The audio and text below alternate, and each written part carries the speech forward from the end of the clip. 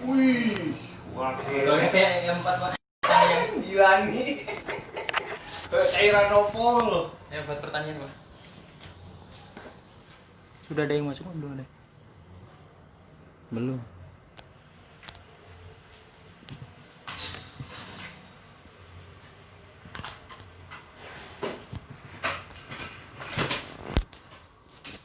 Jangan bilang dulu sebelum selesai. Kita nggak bisa nih.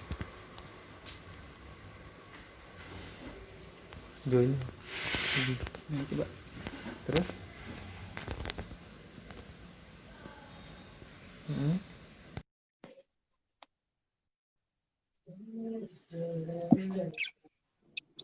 Halo, sebentar aja. Halo, Assalamualaikum. Waalaikumsalam warahmatullahi wabarakatuh. Oh ya, selamat malam kabar Mas Wahyudi Kurniawan selaku pengacara dan juga dosen hukum di Universitas Muhammadiyah Malang. Mohon maaf karena tadi ada kendala sedikit dan akhirnya kita bisa siaran langsung bersama malam hari ini. Gimana dengan kabar Mas Wahyudi malam hari ini, Mas? Alhamdulillah baik-baik. Gimana Mas Andi? Sehat ya? Alhamdulillah sini sehat semua. Terima kasih sudah meluangkan waktunya untuk siaran bersama kita malam hari ini. Semoga nanti diskusi kita malam hari ini lancar dan bisa bermanfaat untuk kita semua. Dan juga untuk teman-teman dari kelas inspirasi Ngawi dan juga yang lain, jika ingin berdiskusi bersama kita, bisa mengirimkan komentar kepada siaran langsung kami. Dan nanti akan kita bahas bersama untuk mendiskusikan dengan tema muda berbicara hukum yang kekinian.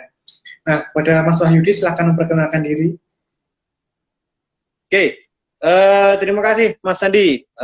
Bismillahirrahmanirrahim. Assalamualaikum warahmatullahi wabarakatuh. Selamat malam. Salam sejahtera buat kita. Salam inspirasi ya. Jadi perkenalkan nama saya Kurniawan, biasa dipanggil Yudi.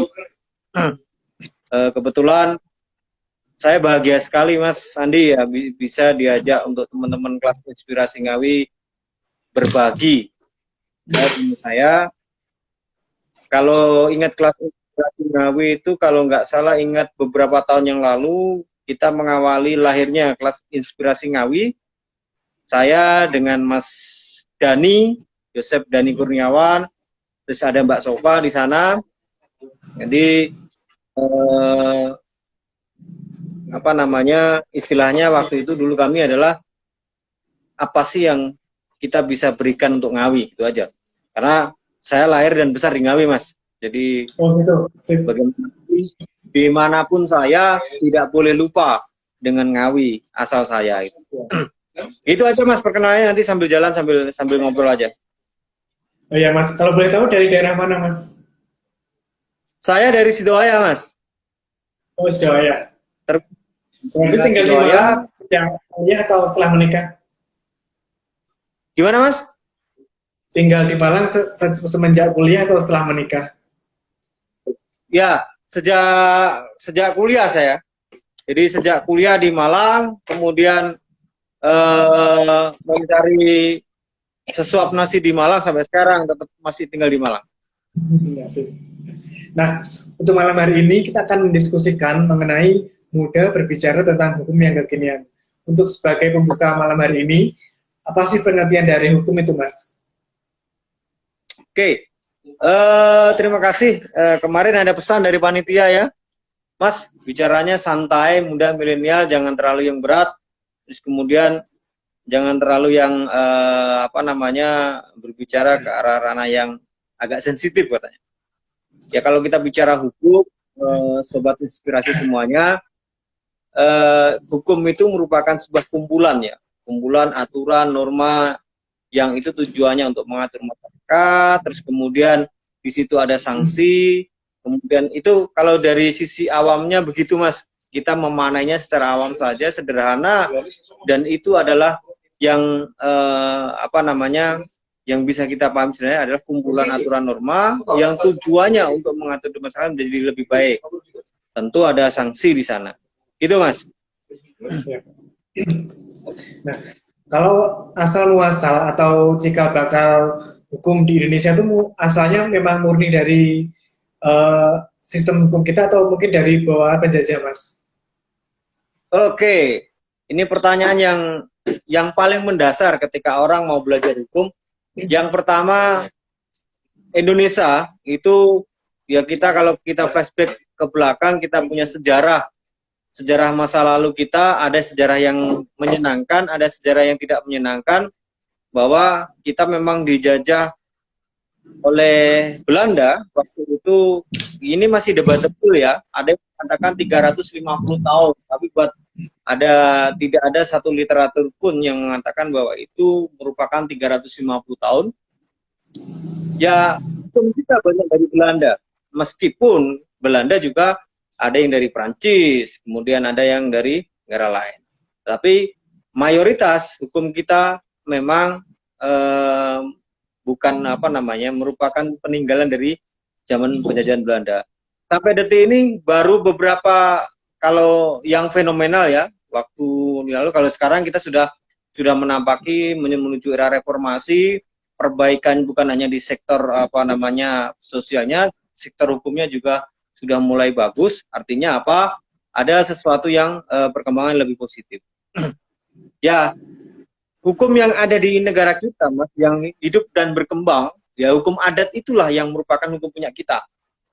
Dan hukum adat itu sebenarnya kalau kita mau jujur, itu justru relatif lebih bisa menyelesaikan masalah dibandingkan hukum positif yang ada di Indonesia. Itu Mas Andi. Oh ya Mas. Nah kemudian Mas Wahyudi bisa memberikan jenis-jenis hukum dan juga contohnya.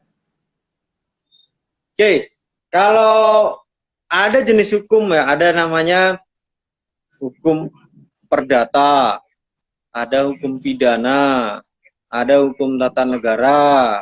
Terus kemudian di dalam hukum keperdataan itu juga nanti ada dipisah-pisah lagi, ada yang bicara masalah perbankan, ada masalah tanah dan segala macamnya. Di situ ada hukum agraria juga. Hukum pidana, kita bicara ada pidana umum dan pidana khusus. Pidana umum itu adalah segala regulasi yang diatur dalam KUHP, contohnya pencurian, pembunuhan. Kalau pidana khusus itu yang ada biasanya diterbitkan undang-undang sendiri. Ada contoh tindak pidana korupsi, pencucian uang, narkotika. Ya. Ada kemudian hukum tata negara yang mengatur tata kelola negara. Ada hukum administrasi negara yang itu terkait sisi administrasi kenegaraannya.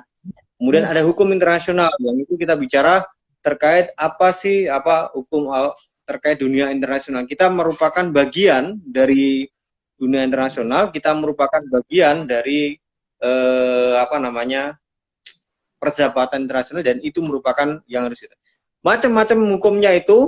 Yang jelas kalau kita bicara banyak sisi hukum, itu masih banyak lagi kalian perlu dikulik ke bawah. Gitu Mas Andi. Oh ya Mas. Terima kasih untuk penjelasannya. Kemudian untuk mulai hukum bagi kaula muda itu apakah penting, Mas? Oke, ini pertanyaan yang sangat menarik. Apakah pentingnya hukum bagi generasi milenial, kaula muda? Oh, sangat penting, Mas. Jadi sangat penting milenial memiliki kemampuan pengetahuan tentang hukum, karena semakin kesini memang hukum itu menjadi salah satu poin penting dalam setiap sendi kehidupan kita. Milenial harus paham betul hukum, milenial harus mengerti hukum dalam segala itu. Untuk apa? Minimal adalah untuk diri sendiri. Jadi saya tahu hukum. Contohnya sederhana, generasi milenial sekarang, begitu banyak generasi milenial yang bermain dengan aplikasi-aplikasi sosmed. Aplikasi sosmed itu harus punya etika. Bermain sosial media harus punya etika. Contoh ini ada Instagram, Live IG. Kemudian ada aplikasi-aplikasi yang lain yang kekinian, ada TikTok, ada segala macamnya lah. Ya, itu memang harus punya etika. Terus kemudian yang kedua, ada pertanyaan menarik terkait kenapa milenial harus melek hukum. Selain untuk dirinya sendiri, minimal adalah kita bisa mengedukasi masyarakat. Dari siapa? Dari orang terdekat kita. Bapak kita, ibu kita, adik kita, saudara-saudara kita, tetangga kita. Kita harus bisa, generasi milenial harus menjadi agent of change, bahasanya agak kerennya ya. Bahasa agak kerennya, Menjadi agen perubahan artinya apa? Kita harus mampu memberikan sumbangsi kita kepada bangsa ini minimal adalah dengan memberikan pemahaman hukum yang benar. Jadi pemahaman hukum yang benar. Banyak orang mengatakan hukum bisa dibeli. Banyak orang mengatakan hukum itu bisa dibolak-balikan, yang kalah bisa menang, yang menang bisa kalah. Jadi secara garis besar, kalau Gustav Ruppach itu mengatakan bahwa tujuan hukum itu ada 3, ada kemanfaatan, kepastian hukum, dan keadilan. Memang ketiganya itu tidak bisa berjalan beriringan. Ada sebagian ahli mengatakan itu bisa berjalan beriringan, itu idealnya, tetapi prakteknya ketiganya tidak akan pernah mungkin berjalan beriringan. Kalau kita bicara dari teorinya Gustav Ruppach. Itu tujuan hukum, kenapa milenial harus paham hukum. 1, supaya kita tidak terjebak dalam permasalahan hukum. Yang kedua, kita bisa menjadi, kalau bicara inspirasi, kelas inspirasi, kita bisa menjadi inspirator. Inspirator untuk apa? Pemahaman dan pendidikan hukum di masyarakat. Kelas inspirasi Ngawi harus menjadi yang terdepan. Bagaimana mengedukasi masyarakat Ngawi terkait apa? Hak hukum dia, hak hukum mereka. Kita harus mampu mengedukasi masyarakat Ngawi bagaimana mereka memiliki hak hukum. Dari mana dulu? Dari diri kita sendiri dulu, Mas. Kita kalau sudah paham itu, contohnya sederhana lah, Mas Andi, sederhana. Kita tidak akan pernah bisa mengedukasi masyarakat terkait masalah pemahaman hukum kalau kita tidak mampu menerapkan itu. Contoh sederhana. Kalau kita bicara orang mengatakan bahwa taat hukum, pada faktanya masyarakat kita banyak menggunakan helm. Sederhana ini, itu kalau ada polisi. Berhenti di lampu merah, traffic light itu, kalau ada polisi. Kalau tidak ada polisi, anggap aja itu ada istilahnya, kan merah, Mas. Merah mah berani, terobos saja kan itu kan, menarik sekali. Terus kemudian ketika ada proses ini contoh paling sederhana di masyarakat ya.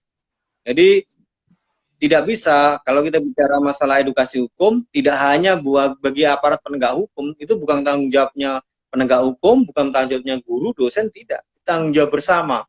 Apalagi generasi milenial itu merupakan beban ada di tangan kita. Bagaimana mengedukasi masyarakat. Gitu Mas Andi. Iya Kak. Nah kemudian apa sih tujuan kita sebagai kaum muda harus melek hukum, Kak? Tujuannya harus mengenal hukum. Tujuan harus mengenal hukum yang pertama adalah tentu kita adalah sebagai generasi muda adalah agen of change, agen perubahan. Artinya kita harus mampu memberikan sumbangsi untuk negeri ini. Setidaknya adalah memberikan pemahaman yang benar, memberikan pemahaman yang tepat tentang hukum yang ada di Indonesia. Itu yang pertama. Yang kedua,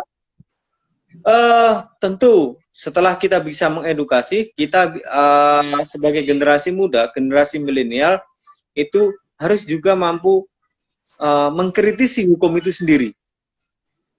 Jadi mengkritisi hukum sendiri. Saya tidak sepakat bahwa itu masalah hukum, itu merupakan tanggung jawab penegak hukum. Masalah hukum adalah tanggung jawab orang-orang yang ada di pucuk pimpinan negeri ini, entah itu di Jakarta atau bahkan kalau di daerah itu tanggung jawabnya pejabat-pejabat tidak bisa.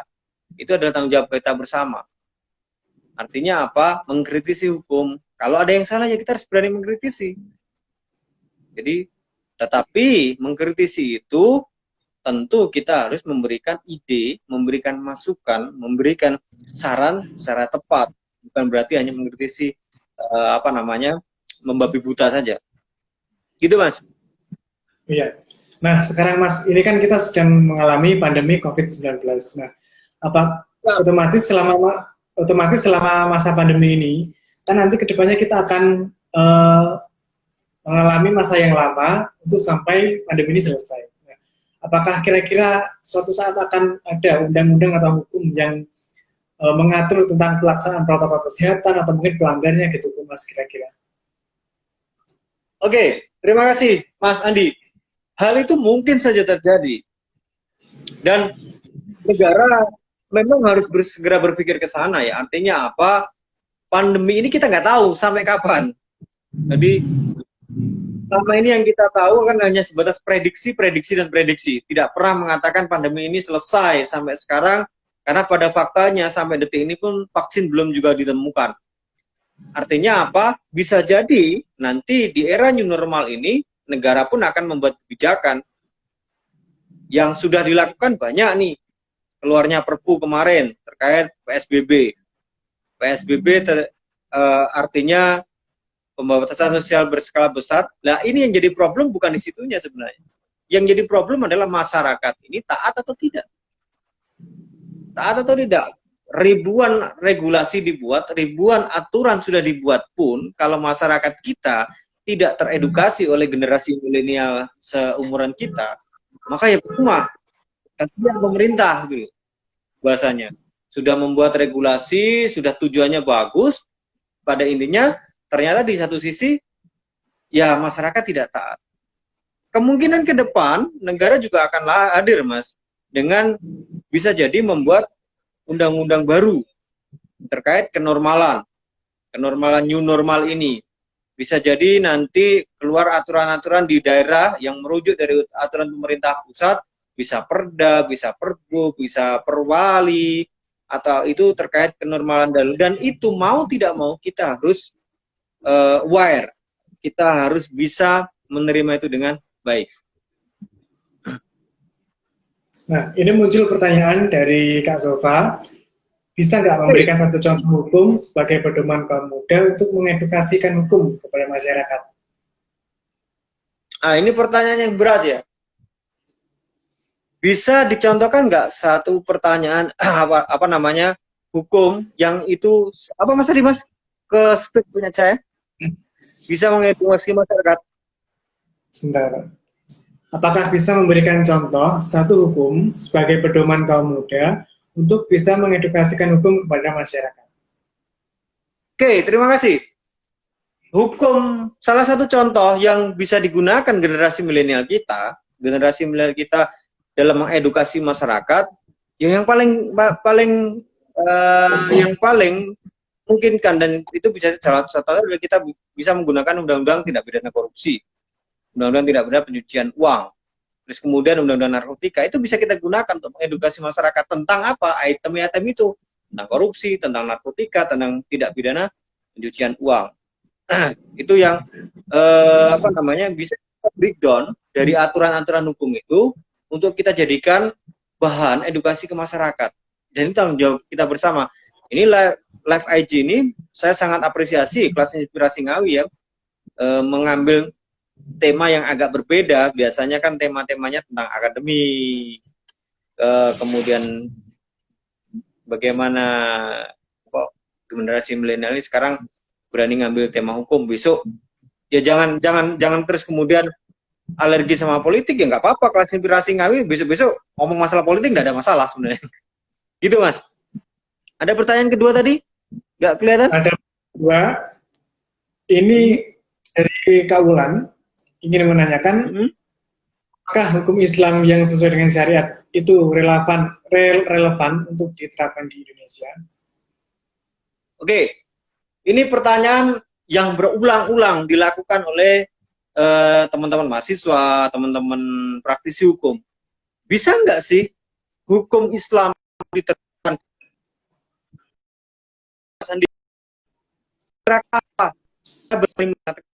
Kita tidak boleh melupakan sejarah.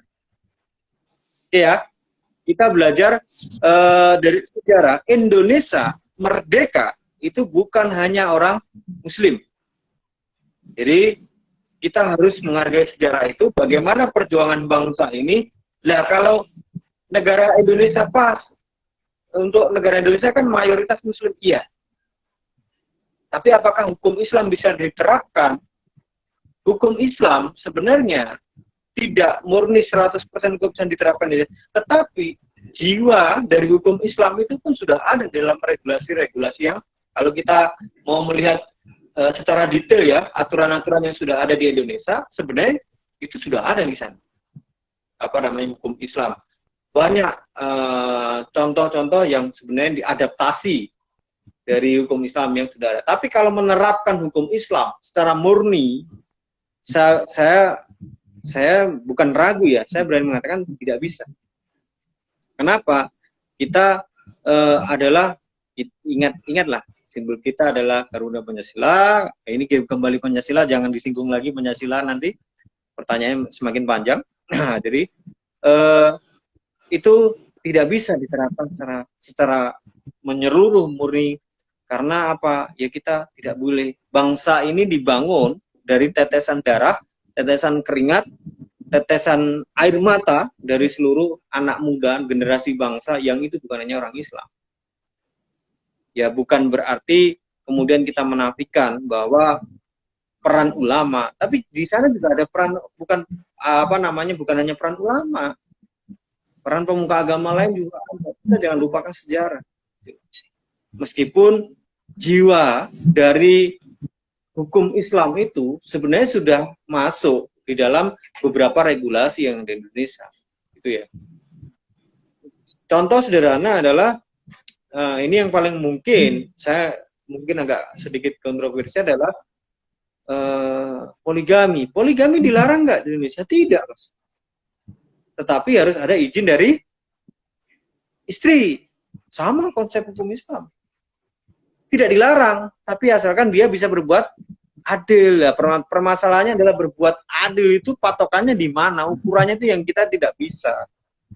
Kita adil terhadap diri sendiri aja belum tentu gitu loh. Apalagi mau 1, 2, 3 atau 4 ya. Kalau itu ada, apakah di Indonesia dilarang poligami? Tidak. Kecuali bagi mereka yang PNS, aparatur sipil negara. Memang ada aturannya ya, bahwa dilarang untuk poligami. Tetapi di luar itu, yang jumlah PNS kan hanya sekitar nggak sampai lah 2 juta jiwa manusia. Makanya kita ada 280-300 juta jiwa. Hanya sekian persen. Jadi, apakah hukum Islam bisa 100% diterapkan di Indonesia? Saya berani mengatakan belum. Dan mungkin tidak. Karena itu akan justru mengganggu tatanan kehidupan yang sudah kita buat. Mulai sejarah panjang bangsa ini, mulai dari perjuangan dari zaman Jepang, zaman Belanda sampai kemerdekaan kita. Gitu, Mas.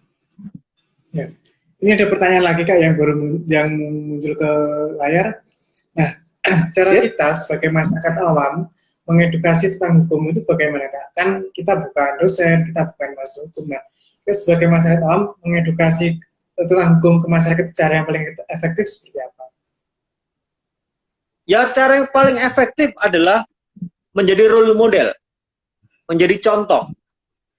Kita harus mampu menjadi contoh di masyarakat. Kalau kita sesuai dengan profesi kita masing-masing, kita harus menjadi contoh. Kalau Bapak Ibu sekalian, Mas-mas itu sebagai seorang guru, ya kita harus berani contoh. Contohnya sederhana, terapkan sikap sesuai aturan, jujur kepada muridnya. Tuh, kalau kita sebagai pedagang, ya kita harus mampu memberi contoh bagaimana cara berdagang yang baik, cara berdagang yang sesuai aturan hukum yang berlaku. Itu kan, itu yang pertama adalah memberi contoh, role model. Kita harus jadi role model di masyarakat. Nah, kita kan paham hukumnya kan hanya segelintir, sepotong. Kita ngertinya hanya secuil. Ya nggak apa-apa. Secuil itulah yang kita jadikan sebagai bukan amunisi kita untuk mengedukasi masyarakat. Mulai dari hal yang kecil, nanti akan tumbuh, semakin berkembang. Kalau di masyarakat kita di Ngawi ya contohnya, yang masyarakat mayoritasnya adalah petani, masyarakat mayoritas petani, kita bisa mengedukasi mereka bagaimana cara membeli pupuk, memperoleh pupuk yang baik. Ya, pupuk ini jadi komoditas. Dan bahkan karena komoditas dicari masyarakat, cari petani, kemudian dipermainkan di tingkat petani. Jadi kalau tidak lewat gapokan tidak bisa beli pupuk. Kalau tidak punya tidak pernah ikut, lah ini kita harus mengedukasi masyarakat. Mengedukasi masyarakat dari petani. Bagaimana menjual barangnya, bagaimana itu kita dari hal yang paling sederhana. Kalau ada tetangganya mau ke, saya masih mohon maaf Mas Andi ya, saya itu agak sedih ketika saya pulang ke Ngawi, pulang ke rumah orang tua saya, di jalanan itu masih banyak orang yang tidak menggunakan helm. Naik sepeda motor tidak menggunakan helm, dari mulai anak-anak SD sampai bapak-bapak, mbah-mbah itu seperti abai. Itu hal paling sederhana. Kalau kita tahu generasi milenial, ya kita ingatkan, bukan permasalahan ada tidak adanya aparat di sana, tapi adalah demi keselamatan kita. Termasuk new normal ini. Era new normal ini kita harus mampu merubah budaya, mampu merubah pola pikir masyarakat kita. Contoh di Ngawi itu orang pakai masker itu bisa dihitung jari, Mas. Kita harus mampu mengedukasi pakai masker, kemudian physical distancing, itu harus kita itu ada aturan hukumnya, ada semua, undang-undang kekarantina kesehatan, kemudian ada yang lain. Artinya apa? Dari hal yang paling sepele kita harus mampu menjadi role model, dan itu nanti insya Allah kita akan mampu mengedukasi masyarakat dengan baik. Gitu Mas Andi. Ya. Nah, untuk selanjutnya teman-teman dari kelas Inspirasi Ngawi, jika ingin berdiskusi bersama kami, silahkan mengirimkan pertanyaan atau komentar. Nanti akan kita diskusikan bersama dengan Mas Wahyudi dari Malang. Dan untuk selanjutnya terkait belajar mengenai hukum. Nah, kita sebagai masyarakat awam itu paling mudah belajarnya dari mana, Mas? Karena kan tidak semua orang itu bisa mengenyam pendidikan hukum, atau mungkin tidak bisa menempuh sampai perguruan tinggi. Nah, kita sebagai masyarakat awam, cara paling mudah belajar hukum itu dari mana, Mas? Oke. Cara paling mudah belajar hukum itu yang biasanya kita share ke teman-teman adalah yang pertama itu kita bisa melakukan lewat berita, Mas. Jadi kita nonton berita, nontonnya jangan sinetron terus. Jadi nontonnya jangan drama Korea. Nanti giliran ada berita tentang negara, berita tentang ini. Sederhana, kalau kita tahu contoh, oh di berita itu ada peristiwa korupsi, pasti kita akan diskusikan secara kecil-kecilan. Nah, nanti dari situ kita akan mendapatkan ilmu sesuatu, dan itu bisa kita jadikan edukasi ke masyarakat. Ya, tetapi kalau generasi milenial seusia Mas Andi, kita ya alangkah baiknya kita sekarang dipermudah dengan adanya era smartphone, era media. Sekarang kita punya kamus yang sangat mudah menjawab, yaitu Mbah Google ya. Bagaimana kita bisa mengedukasi masyarakat itu yang paling sederhana yang bisa kita lakukan. Gitu, Mas. Itu tidak harus orang paham hukum kok. Tidak harus orang ngerti hukum, tidak harus dosen hukum, tidak harus mahasiswa hukum. Semuanya bisa. Sesuai dengan bidang ilmiah. Kalau Mas Andi di dunia entertainment, model dan segala macamnya, ya bagaimana kita memberikan pemahaman kepada masyarakat dari sisi pekerjaan kita, profesi kita, gitu kan?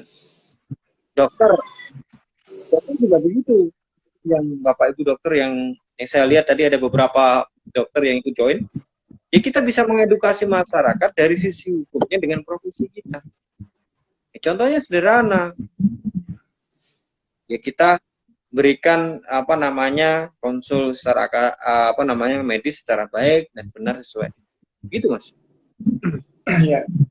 Mas sih mau tanya, misalkan di era sekarang itu kan yang namanya informasi bisa berkembang secara luas atau bebas. Nah, kita sebagai masyarakat awam dalam hal menerima atau membaca informasi dan berhati-hati agar tidak melanggar undang-undang itu seperti apa sih, Mas? Oke. Kalau kita menerima informasi, ini cukup stop di kita lah. Artinya apa? Kita telah dulu. Ini bahaya. Di medsos itu ada istilah dulu itu ada mulutmu harimaumu, sekarang bergeser, Mas. Jempolmu harimaumu. Jangan asal share. Itu yang bisa kita lakukan sebagai generasi milenial. Artinya apa? Mencegah negara ini jadi semakin kacau itu ada di tangan kita. Kalau kita menerima share itu yang kira-kira tidak bagus, stop di kita. Sudah, nggak usah di-share lagi. Kalau kita mau share, Mas, itu ada undang-undang ITE.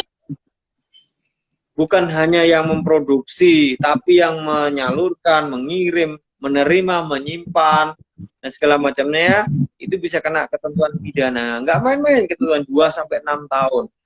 Artinya apa? Kalau kita menerima informasi, rekan-rekan sekalian, kita telah dulu, kira-kira itu benar atau tidak. Apalagi era sekarang, Mas, era COVID-19 ini, informasi simpang siur semakin banyak di medsos, semakin banyak mampir di grup WhatsApp kita itu. Bahkan ada cenderung salah satu ustadz mengatakan jamaah WhatsAppiah, kan? Artinya apa? Belajar dari WhatsApp. Itu kalaupun itu kalau kita nggak tahu benar, faktanya tidak tahu, faktanya tidak paham, kita tidak mengerti yang realnya seperti apa, stop di kita, nggak usah di-share. Itu salah satu memutus mata rantai kegelisahan masyarakat juga. Kita itu menghadapi COVID-19 ini adalah problem serius loh, nggak main-main. Kita tidak bisa mengesampingkan bahwa saya muda, saya masih kuat, imun saya masih sehat. Jangan sombong. Artinya apa? Era ini fungsi kita anak-anak muda itu harus jalan di sini. Artinya apa? Stop di kita kalau kita memang nggak ngerti itu. Itu yang bisa kita lakukan. Lah bagaimana bisa menelaah bahwa dan tidak? Itu pekerjaan kedua. Yang pertama, kalau memang nggak ngerti, benar-benar nggak ngerti faktanya seperti apa, stop di kita, jangan di-share lagi. Yang kedua, kalau kita memang sudah betul itu berita itu betul, boleh kita share, tetapi apa adanya, ya, apa adanya, jangan ditambahi, jangan dikurangi. Itu maknanya berbeda nanti. Jadi pemahaman juga berbeda.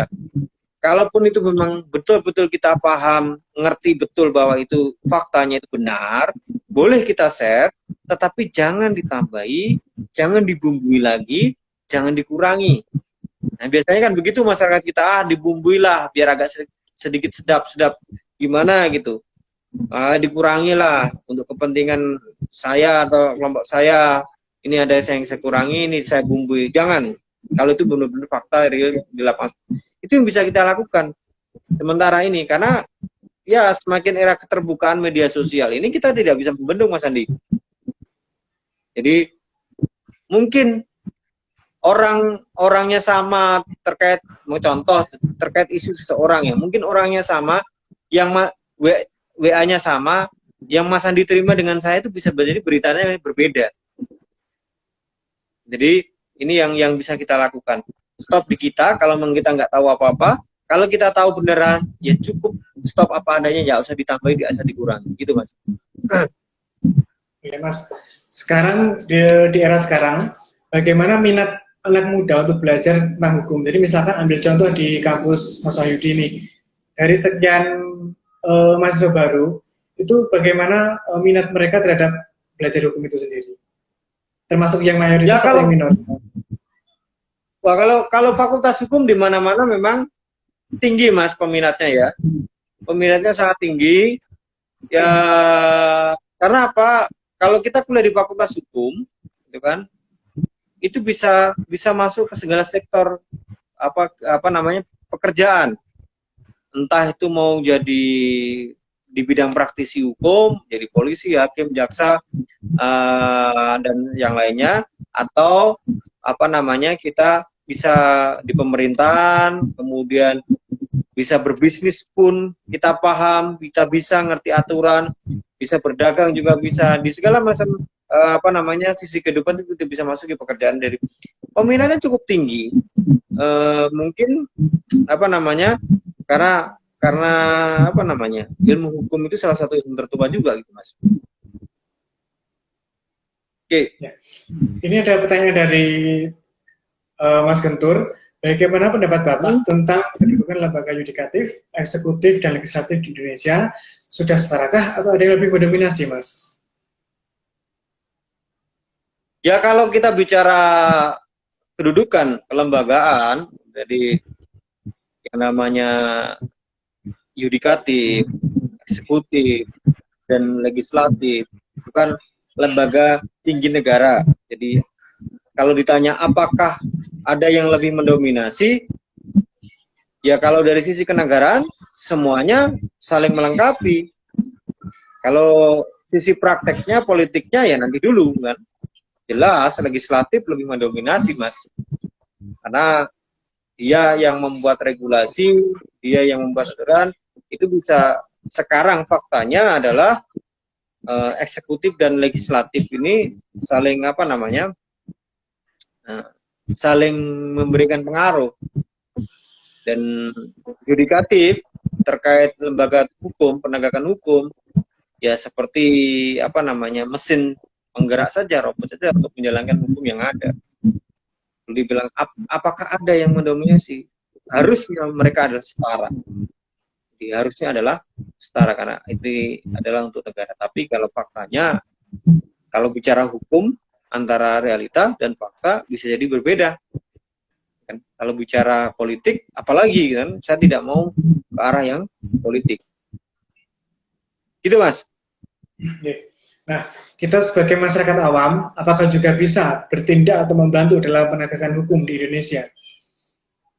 Bisa saja. Penegakan hukum sederhana. Kita sebagai masyarakat awam, paling sederhana adalah membantu penegakan hukum adalah kalau ada tetangga kita, kalau ada saudara kita yang itu melakukan pelanggaran hukum, yang pertama bisa kita lakukan adalah diingatkan. Ya, kalau kita mau diingatkan tidak bisa, ya kita laporkan kalau ada peristiwa hukum yang terjadi. Terus kemudian yang paling sederhana yaitu diri kita sendiri harus taat dan patuh pada hukum yang sudah ada. Itu yang bisa kita lakukan. Itu, Mas.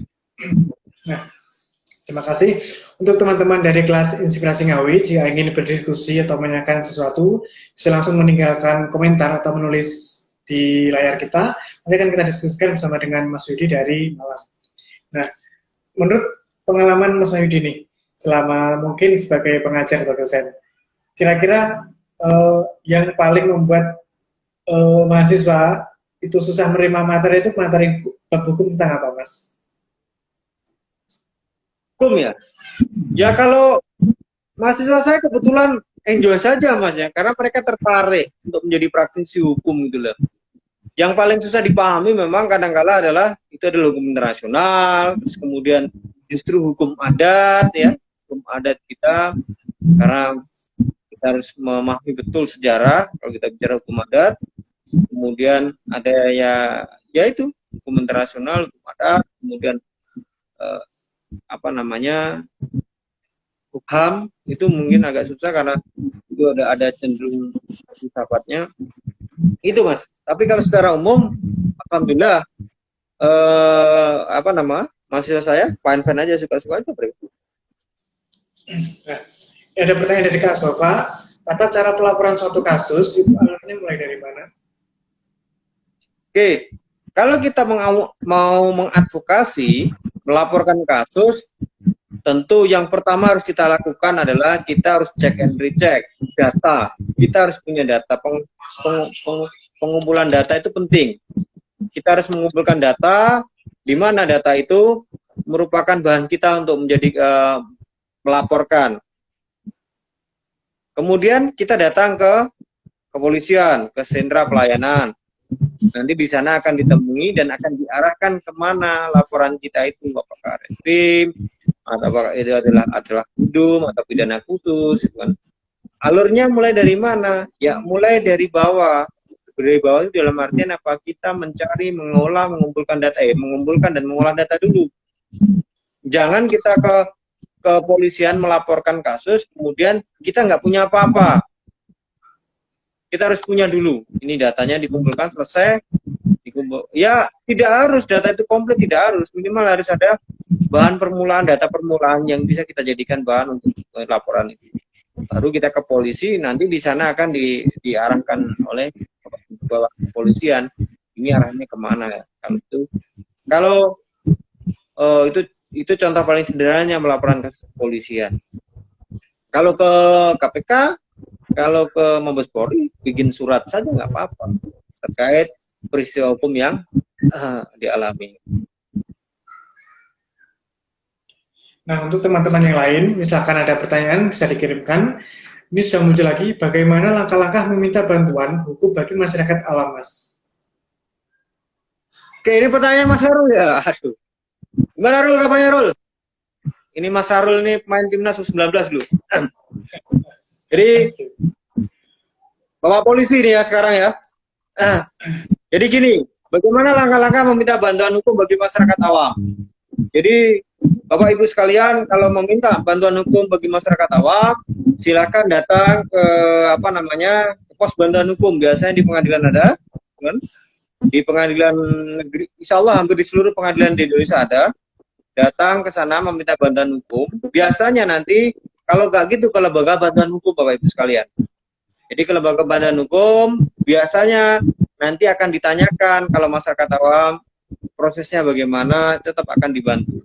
Dan dari sana nanti akan diarahkan apa yang harus dilengkapi, apa yang harus dipenuhi, syarat-syaratnya apa nanti, dan itu insya Allah teman-teman lawyer di sana juga akan mendampingi dan membantu Bapak Ibu sekalian.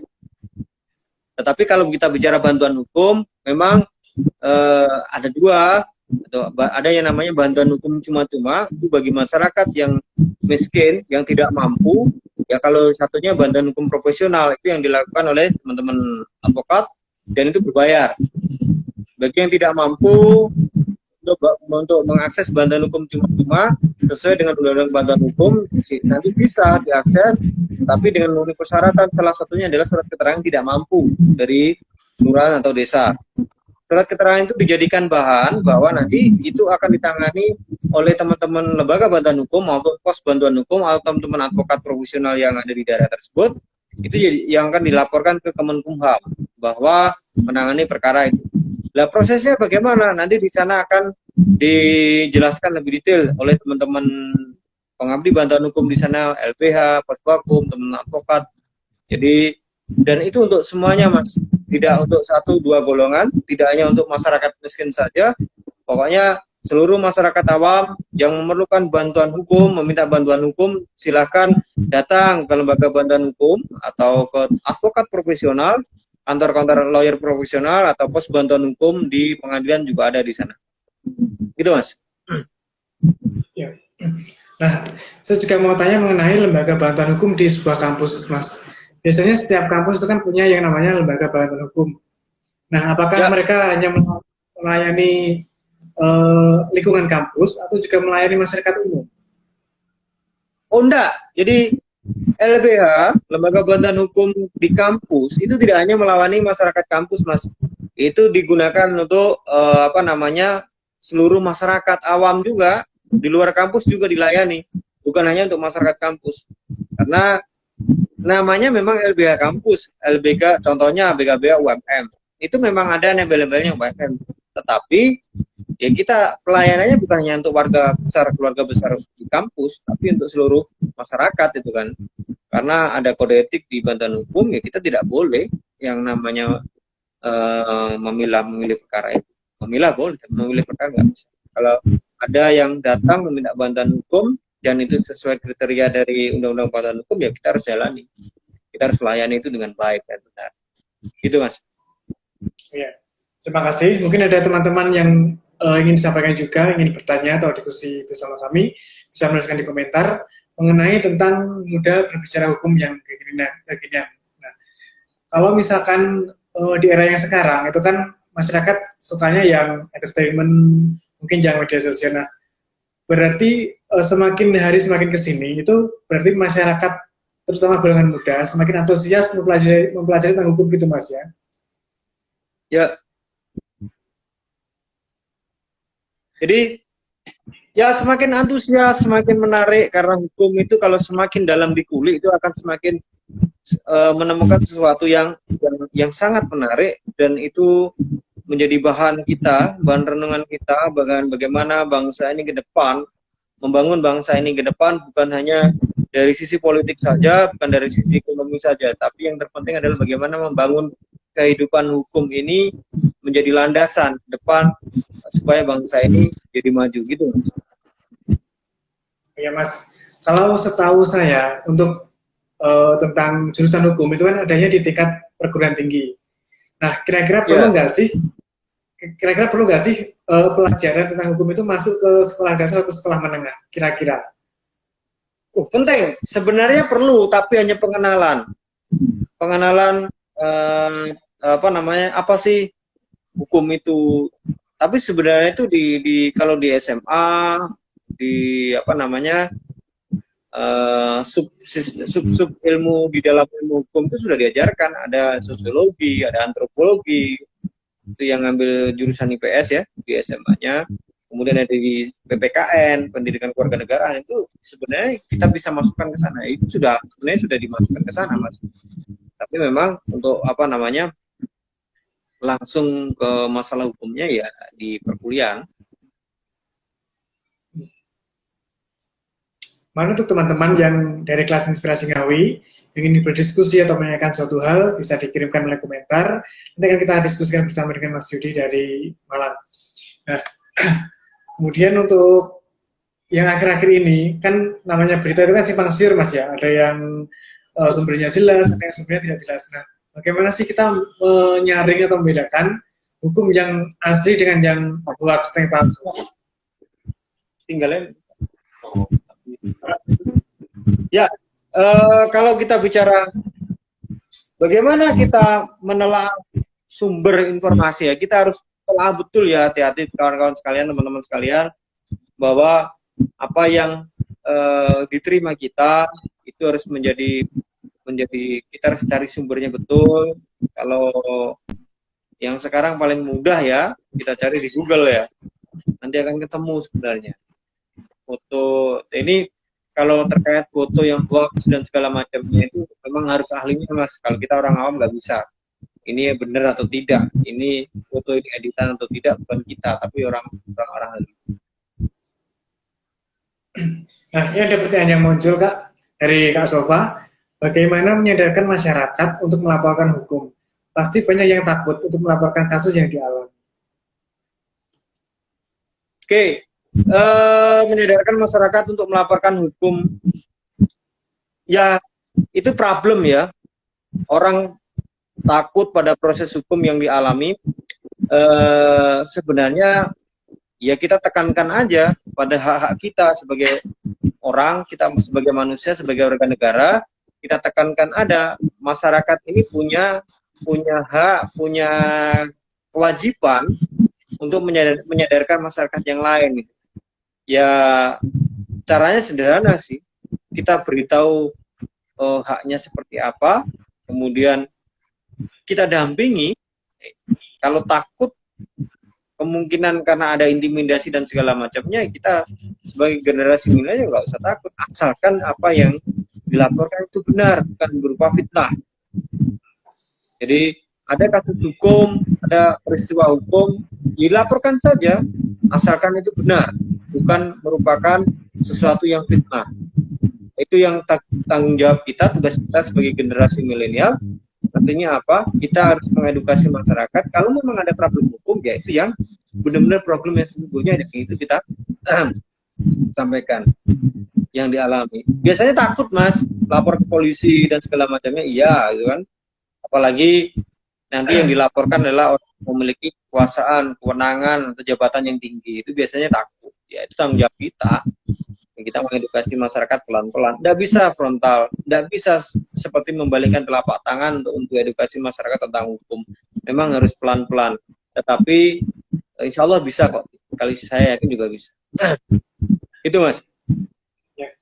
Nah, ini sepertinya waktu sudah habis, Mas. Kan karena kita jatah siaran 30 menit. Ada nggak kata-kata atau pesan-pesan Mas Wahyudi kepada pemirsa malam hari ini?